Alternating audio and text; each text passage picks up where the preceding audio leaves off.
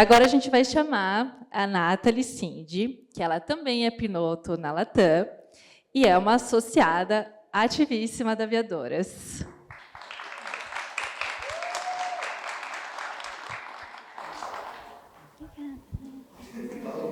Atrás das caixas e se precisar passar. Beleza. Bom, boa tarde.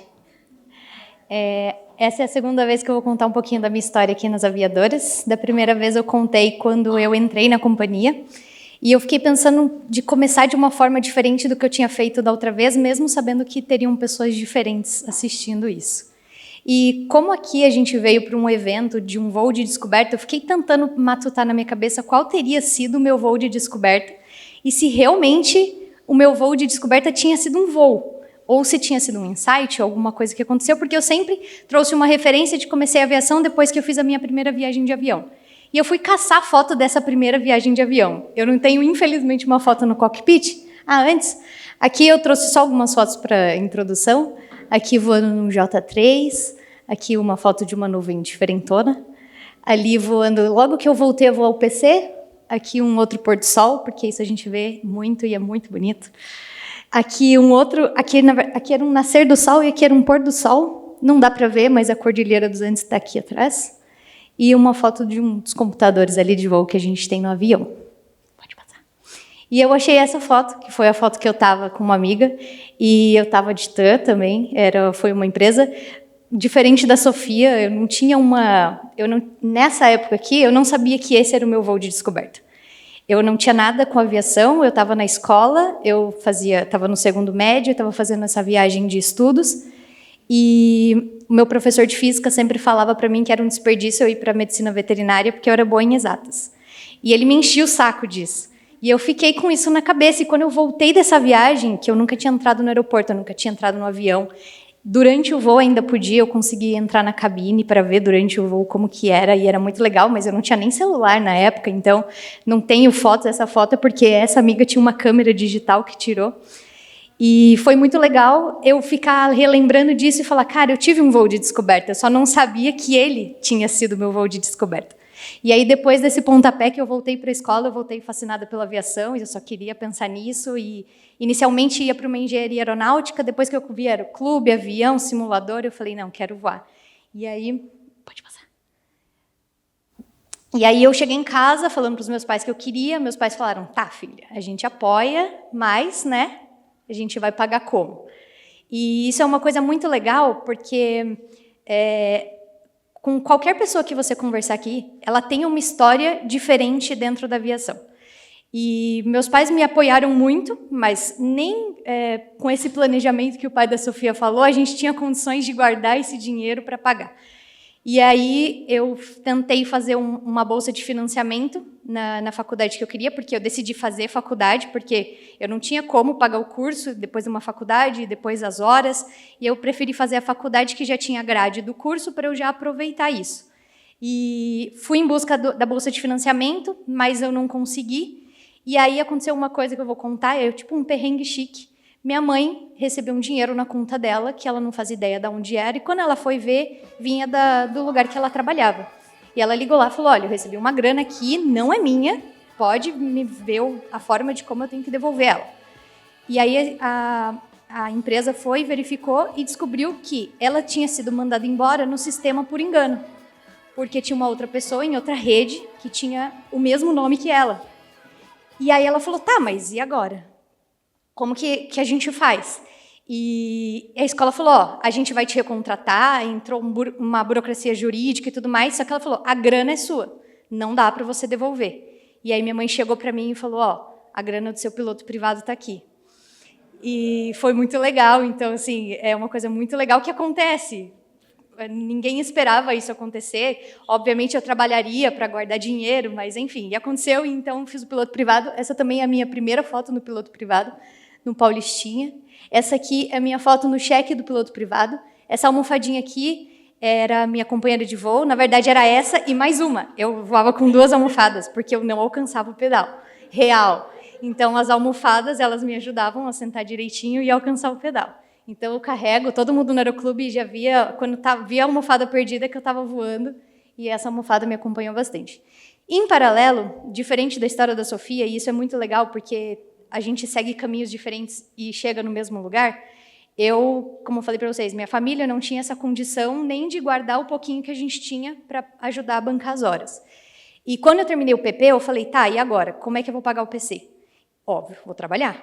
E eu pensei, vou trabalhar até... Eu não tenho dinheiro para fazer o PC, piorou para fazer o INVA, para eu tentar fazer as horas do INVA para juntar a hora. Então, eu falei, eu vou trabalhar, e na faculdade, o meu professor me deu uma dica. Falou, ó, as empresas fazem migrações internas. Se você está lá dentro, você pode fazer uma migração, eles têm até uma redução de requisitos de horas, e seria legal para você. Eu falei, opa, ótimo. E aí, mandei currículo para todos os lugares, e para todas as companhias que estavam na época, para a Gol, para a Avianca, para a Azul, e a Latam foi a que me aceitou. E aí, em 2016, eu entrei na Latam. Aquela é uma foto de um programa que teve lá de reconhecimento, mas era só para mostrar que eu entrei ali numa área operacional, uma área da linha de frente da empresa, e durante os anos que eu tinha que guardar dinheiro, eu tive a oportunidade de ir crescendo. E aí, em paralelo, eu voava... em paralelo desses primeiros 3 anos de trabalho, eu só guardava o dinheiro, para um dia eu conseguir voar, e um dia fazer a migração.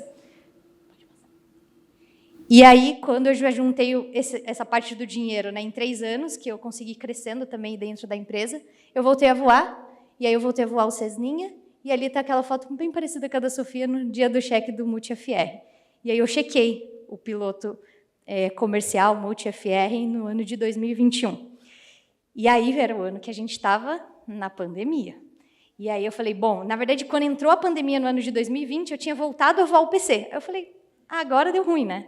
Quando que isso vai acontecer, eu não sei, mas a gente não deixou de estudar, já estava com o dinheiro, agora o problema não era nem mais o dinheiro. Eu tinha dinheiro e o aeroclube estava fechado.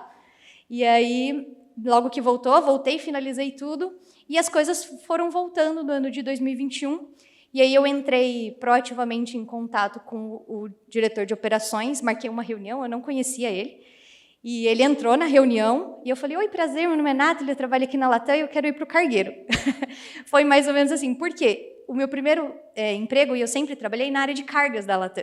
Então eu falei, putz, ia ser muito legal. Entrei no cargo inicial da Latam Cargo, ser piloto do cargueiro, ia ser muito massa isso. E aí ele me explicou que não tinha uma migração interna para o cargueiro, mas tinha migração para o Airbus e tudo mais. E aí ele me falou, eu falei, quando que vai ser a próxima migração? Aí ele falou, novembro. Essa conversa estava acontecendo em julho. Ele falou, o que falta? Eu falei, falta a prova do PLA, o ICAO e 50 horas de voo. Ele falou, quando você desligar essa reunião, você sabe o que você tem que fazer. Aí eu desliguei a reunião, liguei para o meu marido e falei, o dinheiro do apartamento, eu vou comprar 50 horas de voo. Porque eu não tinha tempo para tentar voar em algum lugar. E aí ele falou, tá bom, faz o que você achar que tem que ser feito. E aí, pode passar. Aqui foi o último cargo antes de eu migrar. Nessa época dessa conversa, eu estava trabalhando, inclusive, em Brasília. Ele estava morando em São Paulo, eu fazia uns bate-voltas, e eu estava em Brasília, que era o hangar de cargas lá de Brasília. E eu estava numa posição de gestão já, e isso era muito legal, porque me dava oportunidades, mas sempre longe da tripulação. Isso era uma coisa que, lá no comecinho, eu achei que podia ser um impeditivo, mas não. Me deram uma dica de que, se eu trabalhasse direitinho, alguém ia me dar uma chance. Então, eu trabalhei direitinho e, quando eu estava em cargas, alguém me deu uma chance. E aí, em novembro, eu corri, fiz o ICAO, fiz o JET, fiz tudo o que tinha que fazer, marquei a entrevista, fiz a primeira fase da seleção. Na segunda fase da seleção, a Ju me mandou um e-mail de reprovação. E aí eu falei, cara, não acredito. Falei, eu estava com a faca, o queijo, o jantar, tudo, e eu reprovei. E aí eu estava numa fase pandêmica, estava morando em outro estado, eu voltava para São Paulo, ia para Bragança voar, voltava para Brasília, estava numa posição de gestão, enfim, muitas coisas, e não conciliei, talvez, entregar tudo que eu precisava entregar. E aí o comandante que fez a minha entrevista marcou um feedback, e aí eu lembro que, quando eu saí da entrevista, eu falei, fui bem, né? Eu falei 4 não 6 para ele. Mas, pô, eu tenho 200 horas de voo, né? Eu acho que ele vai levar em consideração esses não 6. Mas, beleza. E eu fui pesquisar o que eu tinha anotado e pesquisei o que eu não tinha respondido para ele. E aí, quando ele marcou essa reunião de feedback, ele falou, Nath, você sabe por que você está aqui? Aí eu falei, olha, eu respondi 4, não 6, mas agora eu sei. Ele falou, então você está no caminho certo. Aí eu falei, quando vai ser? Aí a gente conversou e tudo mais, ele me deu algumas dicas. Eu falei, quando vai ser a próxima seleção? Ele falou, novembro. Eu falei, bom, tenho 1 ano. E aí eu me organizei os meus estudos e continuei trabalhando, até porque, né, eu precisava me manter na empresa para fazer uma migração. Então, aquela dica do trabalhar direitinho, ela sempre foi muito valiosa. E aí, quando foi em junho, uma amiga me mandou uma mensagem e falou, você se inscreveu? Eu falei, no quê? Ela, na vaga. Eu falei, que vaga? Ela abriu seleção de novo. Eu falei, não, vai abrir em novembro. Ela falou, abre o site. E estava lá a vaga. Então, em 6 meses, abriu uma nova vaga, e aí eu me candidatei e eu estava preparada, porque eu segui todos os conselhos que eu tinha recebido naquele feedback. E ali está uma foto do treinamento, que é uma das fases que a gente faz, né, depois de todo o treinamento que a gente entra. E já é uma fase ali que a gente já está prestes a entrar no voo, então é só uma foto para representar. Quem pode passar? E aqui já sou eu na linha aérea voando, também mais ou menos um pôr do sol. A gente gosta dessas cenas assim, né? E, enfim, e ali uma outra fotinho também do céu. E pode passar mais uma. E a última aqui também, foi uma foto aqui também, pôr do sol. E lá na Cordilheira também, lá no Chile, um pouquinho antes de decolar. Então, são momentos muito legais, que a gente vem aqui para compartilhar. Uma história num caminho totalmente diferente da Sofia, que para mostrar que existem possibilidades inúmeras da gente alcançar, a gente tem que ter um pouquinho de fé, não desistir, como a mãe da Sofia também falou. E pode passar. E aí eu trouxe essa foto, de novo, do pôr do sol, mas com esses pontos de interrogações, só para lembrar vocês que vocês terão dúvidas. Como a Gabi e os pais da Sofia, a Sofia falaram, vão ter dúvidas, porque no momento de baixa a gente se questiona, será que eu estou fazendo a escolha certa? Será que é isso? Será que eu dou conta? Será que eu vou conseguir pagar? Será que o mercado vai me aceitar? Será? E 1 milhão de dúvidas deixa a gente naquele dia ruim, num momento ruim. Mas aí a gente, que nem a Sofia falou, a gente volta e vê essas fotos que a gente vai tirando, acompanhando a nossa trajetória e nos dão inspirações.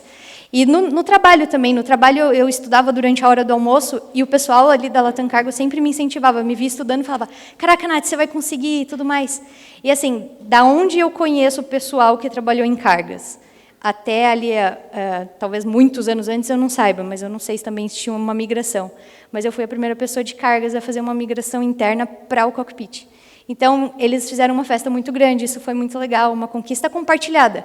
A gente que se dedica, a gente que estuda, mas é uma conquista compartilhada. Não tem graça se a gente não puder vir aqui compartilhar com vocês, comemorar com os amigos e com a família. Então, não desistam se esse realmente for o sonho. Momentos difíceis vão ter, infelizmente, a gente vem aqui e reforça isso, porque não é fácil, não é barato, mas vale muito a pena isso aqui. E é isso.